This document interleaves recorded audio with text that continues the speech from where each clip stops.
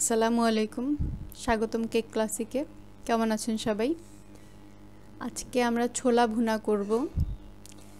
ইফতারিতে তো একটা must item ছোলা ভুনা, বিকালের নাস্তার জন্য খুব মজাদার একটা আইটেম। দেখে নিচ্ছি তাহলে কিভাবে করছি আমরা।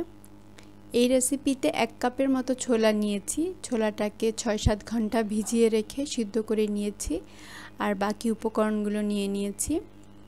প্রথমে একটা পাত্রে তেল দিয়ে নিব 2 টেবিল চামচের মতো। এখানে 6-7টার মতো পেঁয়াজ কুচি দিয়ে নিচ্ছি, দিয়ে একটু ভেজে নিচ্ছি ভালোভাবে। কিছুটা ভাজা হয়ে আসলে 6-7টার মতো মরিচ কুচি দিয়ে দিব। আমি শুধু কাঁচা মরিচই ইউজ করেছি এই রেসিপিতে। আপনারা যদি বেশি ঝাল পছন্দ করেন মরিচের পরিমাণটা বাড়িয়ে নিতে পারবেন, চাইলে গুঁড়া মরিচটাও ইউজ করতে পারবেন। আমি কাঁচা মরিচ প্রেফার করি, তাই আমি কাঁচা মরিচ ইউজ করেছি। একটু ভালোভাবে ভেজে নিচ্ছি, পেঁয়াজটার কাঁচা কাঁচা ভাবটা চলে যাবে, ওরকম ভেজে নিলেই হবে আর কি। এবার এর সাথে মশলা মিশিয়ে নিব।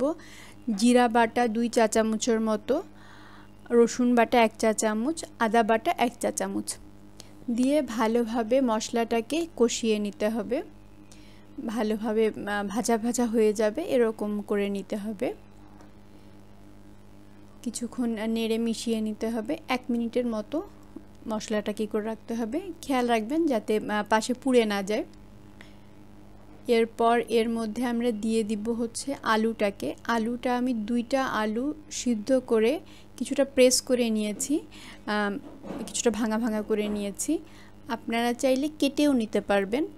আর দিয়ে দিচ্ছি 2 টেবিল চামচের মতো পানি, আর হলুদের গুঁড়া দিয়ে দিচ্ছি 1 চা চামচের মতো, লবণ স্বাদ মতো দিয়ে এবার আলুটাকে ভালোভাবে কষিয়ে নিব মশলার সাথে।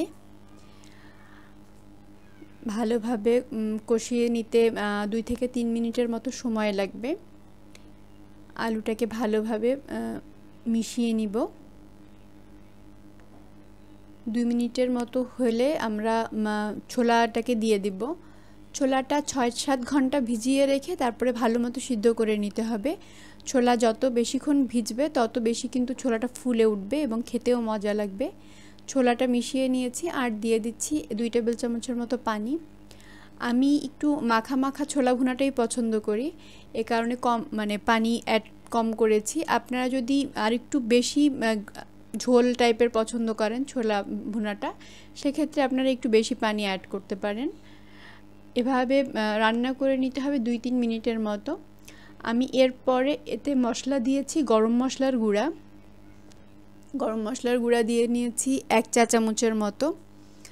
গরম মশলাটা আমি আদা গরম মশলা যেগুলো আর কি, দারচিনি, এলাচ, লবঙ্গ, গোলমরিচ ভালোভাবে কিছুটা তেলে ব্লেন্ডারে গুঁড়া করে রেখে দিই, ওটাই খাবারে ইউজ করি।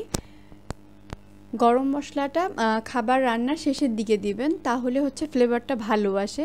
কষানোর সময় বা আগে দিয়ে দিলে খাবারে কিন্তু গরম মশলার ফ্লেভারটা ভালো আসে না, এবং জিনিসটাও একটা কটা টেস্ট চলে আসে। শেষের দিকে দিলে খুব সুন্দর একটা স্মেল আসে, মাংসের মতো একটা ফ্লেভার আসে। আমাদের খাবারটা ছোলা ভুনাটা কিন্তু তৈরি হয়ে গেছে। আমি গার্নিশ করার জন্য 2টার মতো টমেটো কুচি করে নিয়েছি, আর নিয়ে নিয়েছি 2 চা চামচের মতো ধনেপাতা কুচি। আমি জাস্ট গরম ছোলাটার উপরেই টমেটোটা দিয়ে দিয়েছি আর ধনেপাতাটা দিয়ে পরিবেশন করব। এটা খুবই পুষ্টিকর, মুখরোচক একটা খাবার বিকালের নাস্তার জন্য এবং ইফতারির জন্য। আপনারা তৈরি করবেন। অনেক ভালো থাকবেন, আপনারা দোয়া করবেন আমাদের জন্য। আল্লাহ হাফেজ।